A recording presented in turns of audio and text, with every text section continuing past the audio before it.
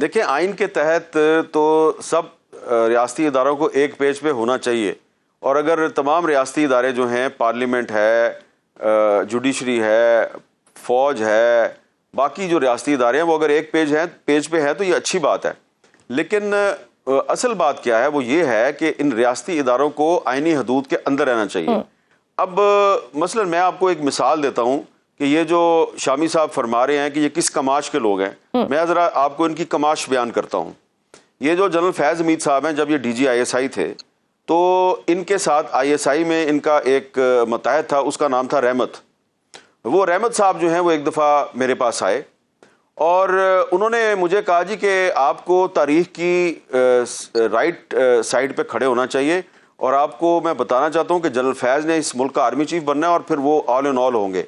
तो ये आप जो है ना, ये उनका नाम लेते रहते हैं इधर उधर, ये आप नाम ना लिया करें, वो तो आपको नहीं पता, उनका मुस्तकबिल बड़ा रोशन है। मैंने उनसे पूछा आजकल आप क्या करते हैं, क्योंकि पहले वो जब इस्लामाबाद में थे तो हम उनको कहीं ना कहीं इधर उधर में पता चलता रहता था उनकी सरगर्मी। मैंने कहा आजकल आप क्या करते हैं? उन्होंने कहा जी मैं आजकल जो सऊदी अरब में पाकिस्तान की एम्बेसी है, मैं वहाँ पे वीज़ा काउंसलर हूँ। मैंने कहा तो वीज़ा काउंसलर है तो आप यहाँ क्या कर रहे हैं? कहते हैं वो तो मेरी कवर पोस्टिंग है। तो मैंने कहा अच्छा, तो ये आप वीज़ा काउंसलर हैं सऊदी अरब में पाकिस्तान एम्बेसी में, तो जनरल फैज़ साहब ने आपको लॉबिंग पे लगाया हुआ है कि आप मेरे पास आएँ, और भी लोगों के पास आप जाते होंगे। और खैर मैंने उनको तरीके सलीके से फ़ारग कर दिया। 2-3 दिन बाद मुझे पता चला कि वो पीर साहब हैं।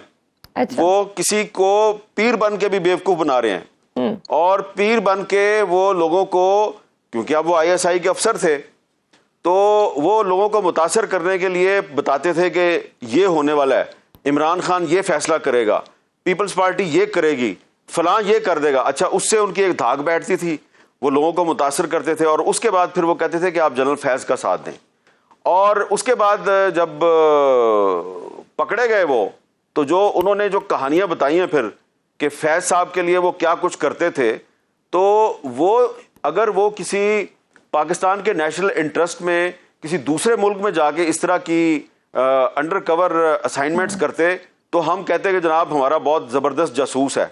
लेकिन वो जासूस तो पाकिस्तान के अंदर एक सर्विंग जो DG ISI था, उसको आर्मी चीफ बनाने के लिए एक लॉबिंग कर रहा था, साजिशें कर रहा था। यानी कि वो जो आइन का आर्टिकल 244 है उसकी खिलाफवर्जी कर रहा था। तो और बाद में सबको पता चल गया कि जनाब जनरल फैज़ साहब जो हैं वो आर्मी चीफ बनने की कोशिश कर रहे थे, और शहबाज शरीफ साहब को उन्होंने अपनी वफादारी का यकीन दिलाया, यहाँ तक कहा कि आप जो कहेंगे मैं वो करने के लिए तैयार हूँ। और कमाश जो है उसका पता होने के बावजूद फैज़ साहब के खिलाफ कार्रवाई में इस हुकूमत को भी दो साल लग गए। ठीक, अच्छा मुझे ये बताएं मीर साहब, ये जब ये फैज़ साहब ये सब कर रहे थे, हर तरफ पीपल्स पार्टी के साथ भी वो ठीक थे, नून लीग के साथ भी और PMLN के साथ भी, तो ये जनरल बाजवा साहब कहाँ थे, हमारे आर्मी चीफ, ये कहाँ थे उस वक्त?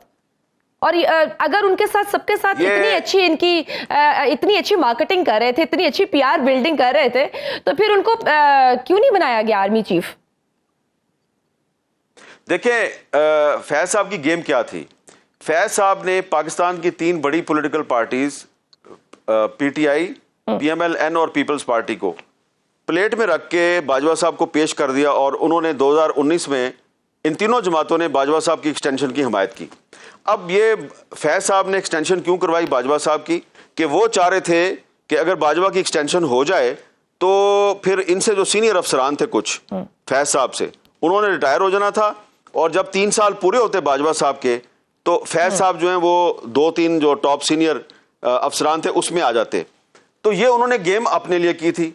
बाजवा साहब को समझ आ गई कि जब उनको पता चला कि ये कोर कमांडर पेशावर जो है ये फ्रीक्वेंटली विजिट करता है इस्लामाबाद को, और ये इस्लामाबाद में आके हुकूमत की अहम शख्सियात को मिलता है, उन्होंने इनको बहावलपुर भेज दिया।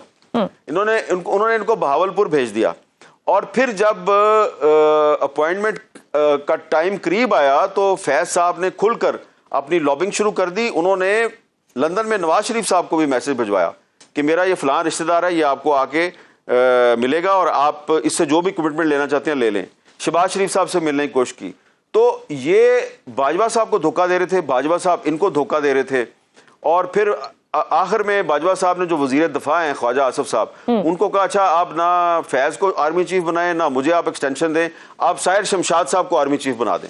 ताकि बाजवा साहब ने कहा कि जाते जाते अगर मैं नहीं बन रहा तो फैज भी ना बने,